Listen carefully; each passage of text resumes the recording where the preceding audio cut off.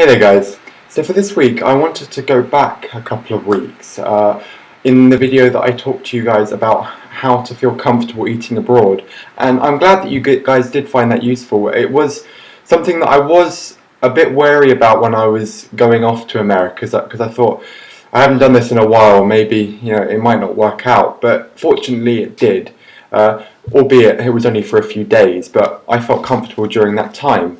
Now, one of you guys commented asking about tips with regards to buffet style meals, and I didn't do that when I was out in America, but I have been to a buffet style restaurant before, and I've done that before and after I've been in recovery. So I can understand where the difficulty lies. What do you choose? How much do you take? How many times do you go? You just want to try and appear as normal as possible. And as I said in the previous video about eating abroad, if you don't feel comfortable doing this at that stage, then I advise that you don't do it.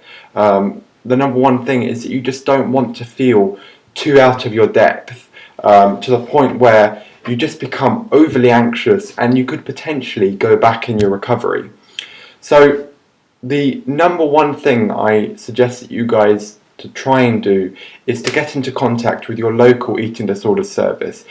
Speak to a dietitian so that they can talk to you about your meal plan. You need to have a meal plan in place if you are going to start this road to recovery. It is very difficult to try and do this by yourself, and I have hammered this on in many videos, and it's just so important because you need to have structure in place, because the eating disorder thrives in a lack of structure. If you don't know what you're going to be doing next, then number one, you'll be thinking about what you're going to be doing next over and over again, and this will just cause you to become more and more anxious. And then if you don't have this structure in place, the eating disorder will just generally take over and cause you to eat less than what you should be eating. So you need to have this concrete thing in place so that you know what you're doing day in, day out. And the way that you should look at your meal plan is it should be very flexible. I have seen people talk about their meal plans, and they said, for breakfast I have X number of grams of this particular cereal and X number of milliliters of milk, and it shouldn't be done like that. It really shouldn't.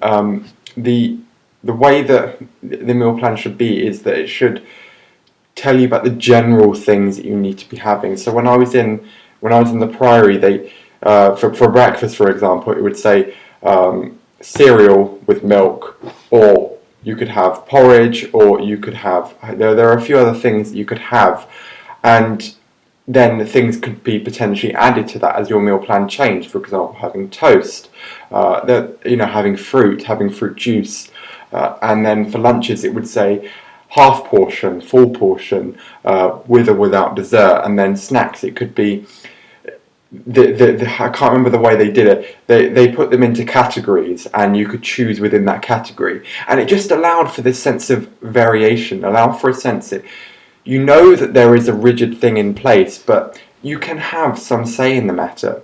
And yeah, sure, you could do the thing where you just pick the lowest calorie thing every time, but the idea is that you try and eat things that you enjoy having, so that the meal plan reflects who you are as a person. And then, when you're eventually out of that place, you can then try and continue those behaviours and just eat the things that you enjoy eating, because, that's the point. So, back on the subject of the buffet style thing, if you have this meal plan in place, and you know generally what you should be having, and you go to this buffet place, you can just stick to what you know and what you should be having, whether it be a full portion of a meal with a dessert. And within that, because it's a buffet style, you can pick and choose what you want. And I can understand that it would be very difficult for you to choose initially. And I've said in previous times that you should try and have someone there to help you along the way. And if you see them picking the things that they enjoy having, perhaps that might spur you on. But if not, just let them know what's going through your mind and the things that you want to have, but the things that the eating disorder is telling you that you should have. And just ask them for help, and perhaps they will just guide you. And this will allow you to pick the things that you enjoy having. Now, once you decide the things that you want to have, just put them into the proportions that you have grown accustomed to in your meal plan, and have it on the plate in the way that you have seen you put together in previous meals, in the proportions that you feel is right. You shouldn't just be packing on the veg and putting no protein, no fat, because you know that isn't the way that your meal plan works. And so you can see that this meal plan just allows for a sense of security in a place where you may feel uncomfortable. And the other benefit is that if you know generally what you should be having throughout the day, you can mix and match your meals, so long as you do have the general amount at the end of the day. So for example, if you're meant to have a portion of lunch and a dessert, but at dinner you know that you're meant to have a full portion of X and a dessert, you could potentially move that full portion to make 1.5 portions for your lunch and only a half portion for dinner, because that's generally what normal people might do. If they have a bigger lunch, they know that they're not going to be as hungry later, so they'll have a smaller dinner. It's all very logical, but when you have an eating disorder, you're just like, what do? I don't know what I should do. But you should just allow for yourself to have this flexibility. So in preparation for this, I suggest you do try to mix and match your meal plan at home when you feel comfortable. So bring that half portion to lunch and see if you feel comfortable. And then you know that you can try it out at a buffet style system, knowing full well that you've done it before, and you know how full you should feel, and you know how much you should be eating. So yeah, I mean, that's the general security that lies within it.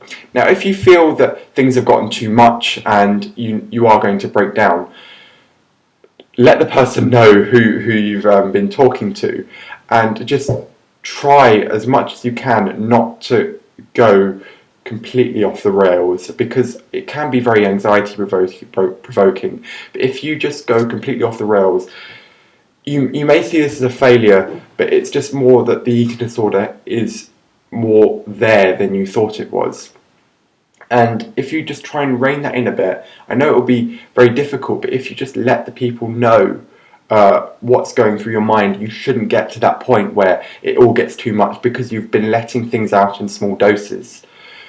So, I mean, those are the things that I found useful when I have gone to a buffet style system, and I'm sure there are things that other people have done. So if you have got tips that you'd like to provide, please let me know in the comment section below so that other people can know. And if there are other things that you want me to touch on, please let me know as well. But for now, thanks for watching.